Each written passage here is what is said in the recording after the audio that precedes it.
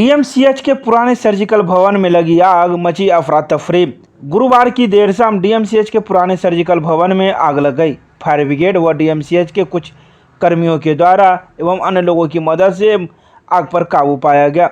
DMCH अधीक्षक हरिशंकर मिश्रा ने बताया कि कुछ नशेड़ियों के द्वारा यह आग लगाया गया। हालांकि किसी के घायल होने की सूचना नहीं है, लेकिन कुछ सामान क्षतिग्रस्त हुए हैं, जिसका आकलन कल किया जाएगा। आइए हम आपको सुनाते हैं कि क्या कुछ कहा डीएमसीएच अधीक्षक हरिशंकर मिश्रा ने नशेड़ियों के बारे में। उन्होंने साफ तौर पर कहा कि नशेड़ियों को पकड़ना मुश्किल सा है, उसके माता पिता को पकड़ा जाए और उसी से सवाल पूछा जाए कि इस प्रकार के नुकसान करने से आखिर किसे फायदा है। ये हम लोगों का ओल्ड सर्जिकल वार्ड था, जो भवन खंडहर हो चुका है, जिसको हम लोग खाली कर चुके हैं, लेकिन उसमें कुछ पुराना सामान अभी भी है। उसी में लगभग 5:30 बजे जो है सो धुआं देखा गया। फिर जा कर के देखने पर पता चला आग लगी हुई है। तो फिर स्थानीय स्तर पर उस पर काबू पाने का प्रयास किया गया, सफाई कर्मी द्वारा, सुरक्षा कर्मी द्वारा। लेकिन चूँकि आग की लपटें तो 3 रूम में थी, इसलिए फायर ब्रिगेड को बुलाया गया है। आग पर लगभग काबू पा लिया गया है। लगता है ऐसा कि इस दिल्ली में नशेड़ी वगैरह घूमते रहते हैं, जो आजकल नशा पान करते हैं एकांत पा करके। वही लोग अपना उसी क्रम में गांजा या सिगरेट या जो कुछ हो, इसी सब में वो लोग कभी आग लगा दिए होंगे, चाहे जलता हुआ छोड़ दिए होंगे। इसी वजह से क्या कुछ क्षति हुई है सर? सामान की क्षति का तो आंकलन कल पता चलेगा, लेकिन जान माल की कोई क्षति नहीं हुई है। और जो क्षति भी हुआ होगा वो कोई काम लायक सामान होगा, पुराना गद्दा होगा या पुराना चादर वगैरह। क्या सर उन नशेड़ियों सब पे अंकुश लगेगा सर? कब तक लगेगा? ये हम लोगों के बस की बात है कि माँ बाप को उसको पकड़ना होगा, उसके चाचा को पकड़ना होगा, आप लोगों को एक्सपोज करना होगा। यहाँ का बच्चा नशेड़ी है, अस्पताल का काम मरीज का इलाज करना है, न कि नशेड़ियों पर अंकुश लगाना। सर कहने का मतलब है ये पुरानी सर्जिकल भवन है, अब इस भवन में तो किसी तरह का मतलब यूज़ तो डीएमसीएच कर नहीं रहा है, तो क्या इसको अगले महीने जो है ना ध्वस्त कर दिया जाएगा। ऑर्डर हो चुका है, एमएसटीसी को टेंडर मिल चुका है, अक्टूबर में वो लगता है आपको। क्या किसी की जख्मी होने की भी सूचना मिली है?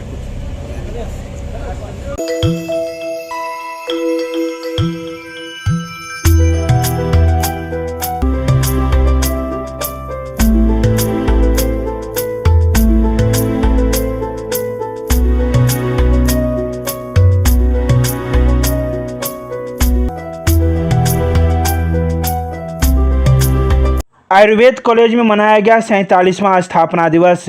राजकीय महारानी रामेश्वरी भारतीय चिकित्सा विज्ञान संस्थान मोहनपुर दरभंगा की 47वीं स्थापना दिवस के अवसर पर भव्य कार्यक्रम का आयोजन किया गया। कार्यक्रम की शुरुआत कॉलेज के प्राचार्य एवं समाज कल्याण मंत्री मदन सहनी के द्वारा दीप प्रज्वलन कर किया गया।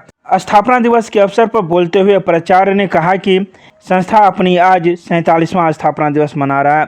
जिन्होंने इस संस्था के लिए दान दिया, उनके इस अमर कृति एवं आयुर्वेद शिक्षा हेतु आयुर्वेद संस्थान के निर्माण हेतु हुए दान के सम्मान में संस्था मोहनपुर परिसर में कुल 6 एवं कामेश्वर सिंह आयुर्वेद अस्पताल परिसर में 2 मूर्तियां की स्थापना की गई।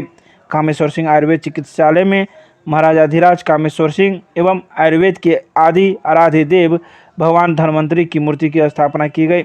मोहनपुर कैंपस में महारानी रामेश्वरी महाराजाधिराज कामेश्वर सिंह के बहनों एवं महाराजा रामेश्वर सिंह के जमाई एवं इस परिवार की भूमिमय भवन के दाता पंडित मुकुंद झा दरभंगा निवासी इस परिसर के अतिरिक्त 11 बीघा 6 कट्ठा 13 धुर भूमि दाता की भी मूर्ति स्थापित की गई। आज हम लोगों का 47वां स्थापना दिवस समारोह था। उसी अवसर पर हम लोगों ने जो है डिफरेंट टाइप का कार्यक्रम रखे थे, जिसमें मुख्य रूप से जो है कुछ हमारे जो है, चूँकि ये कॉलेज जो है सरकार से नहीं बल्कि दानदाताओं के द्वारा बनी हुई थी।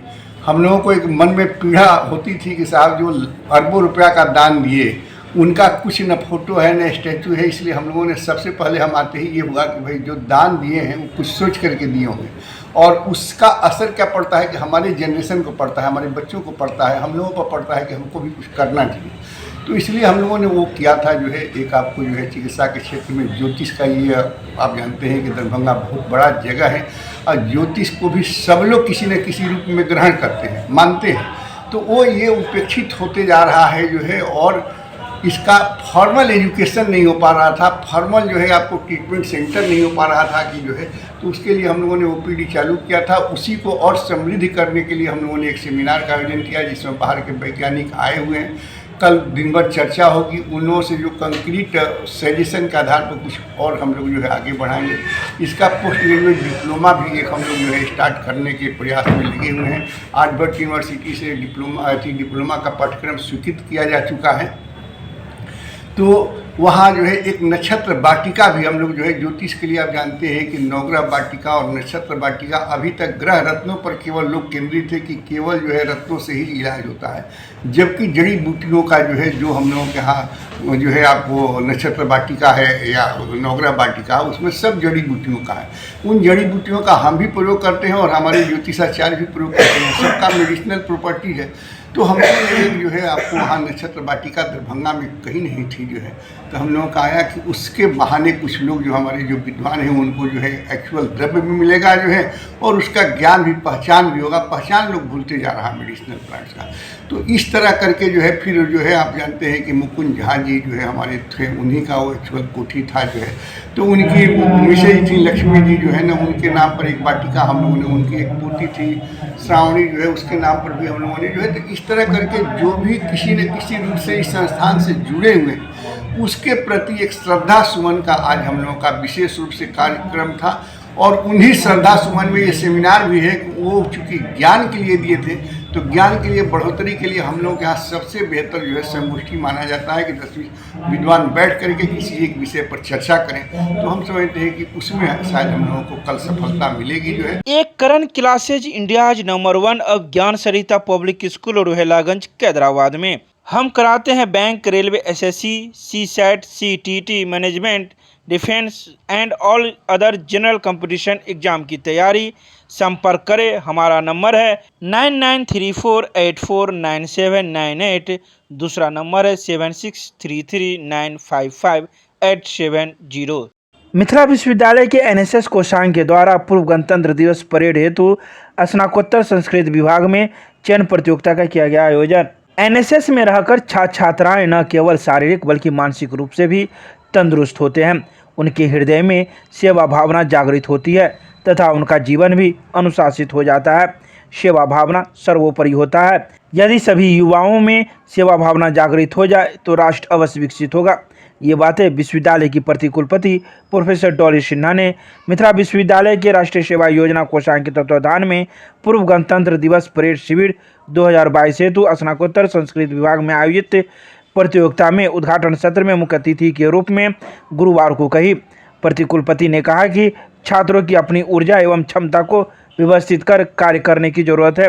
निरंतर अभ्यास उन्हें परिपक्व बनाता है। ऐसी चयन प्रतियोगिता छात्रों के लिए विशेष है और इसका उद्देश्य भी बहुत अच्छा है।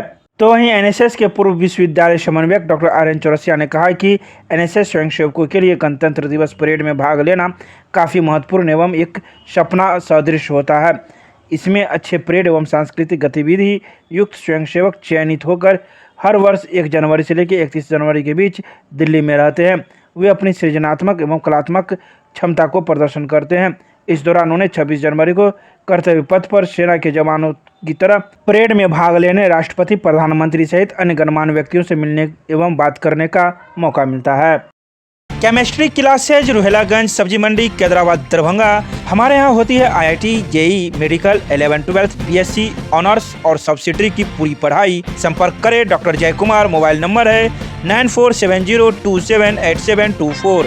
मिथिला विश्वविद्यालय के कुलपति प्रोफेसर सुरेंद्र प्रताप सिंह ने डॉक्टर आशीष बरियार लिखित कॉन्स्टिट्यूशन मेड इजी पुस्तक का किया विमोचन। मिथिला विश्वविद्यालय के कुलपति कार्यालय कक्ष में कुलपति प्रोफेसर सुरेंद्र प्रताप सिंह ने सीएम कॉलेज के राजनीति विज्ञान विभाग के सहायक प्राध्यापक डॉक्टर आशीष कुमार बरियार लिखित कॉन्स्टिट्यूशन मेड इजी नामक पुस्तक का विमोचन किया। अपने संबोधन में कुलपति ने कहा कि पुस्तक अध्ययन से ज्ञात होता है कि लेखक ने काफ़ी परिश्रम कर भारतीय संविधान से संबंधित सामान्य स्नातक एवं स्नातकोत्तर के छात्राओं के साथ ही प्रतियोगिता परीक्षा को भी दृष्टिकोण में रखकर लिखा है। पुस्तक की तारीफ करते हुए कुलपति ने लेखक को बधाई एवं शुभकामनाएं दी और कहा कि पुस्तक पॉइंट वाइज ऑब्जेक्टिव ढंग से लिखी गई है। इस अवसर पर विश्वविद्यालय के कुल सचिव सहित कई अन्य लोग भी मौजूद थे। मिथिला विश्वविद्यालय के रसायन शास्त्र विभाग में ओजोन दिवस के अवसर पर किया गया भाषण प्रतियोगिता का आयोजन। विश्वविद्यालय के रसायन शास्त्र विभाग एवं IQAC तथा डॉक्टर प्रभात दास फाउंडेशन के संयुक्त तत्वाधान में ओजोन दिवस के अवसर पर 3 दिवसीय जागरूकता एवं सेमिनार कार्यक्रम के दूसरे दिन 15 सितंबर को मॉन्ट्रियल प्रोटोकॉल @ पृथ्वी पर जीवन की सुरक्षा के लिए वैश्विक सहयोग विषय पर भाषण प्रतियोगिता का आयोजन किया गया। कार्यक्रम के निर्णायक मंडल में भूगोल विभाग के डॉक्टर अनुरंजन झा, अंग्रेजी विभाग के डॉक्टर संकेत कुमार झा एवं गृह विज्ञान विभाग की डॉक्टर प्राची मरवाहा शामिल थे। भूगोल, इतिहास, अंग्रेजी, जंतु विज्ञान, वनस्पति विज्ञान, राजनीति विज्ञान एवं अर्थशास्त्र सहित 8 विभागों के कुल 15 छात्राओं ने इसमें भाग लिया। सफल प्रतिभागियों को भी प्रशस्ति पत्र देकर सम्मानित किया गया। कबीर चौक पंचायत के मथुरापुर में जल जमाव से फूटा लोगों का गुस्सा, MSU के नेतृत्व में किया गया आंदोलन।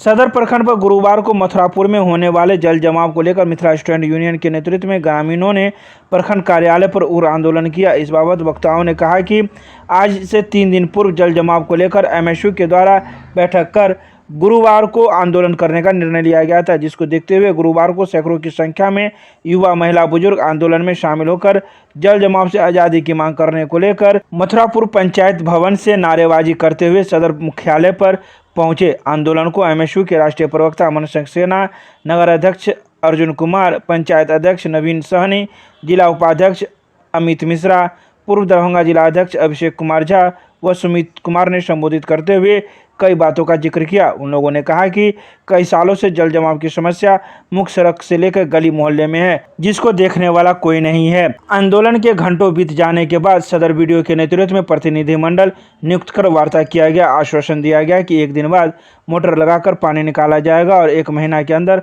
नाला निर्माण कार्य शुरू कर दिया जाएगा। तब जाकर यह आंदोलन समाप्त हुआ।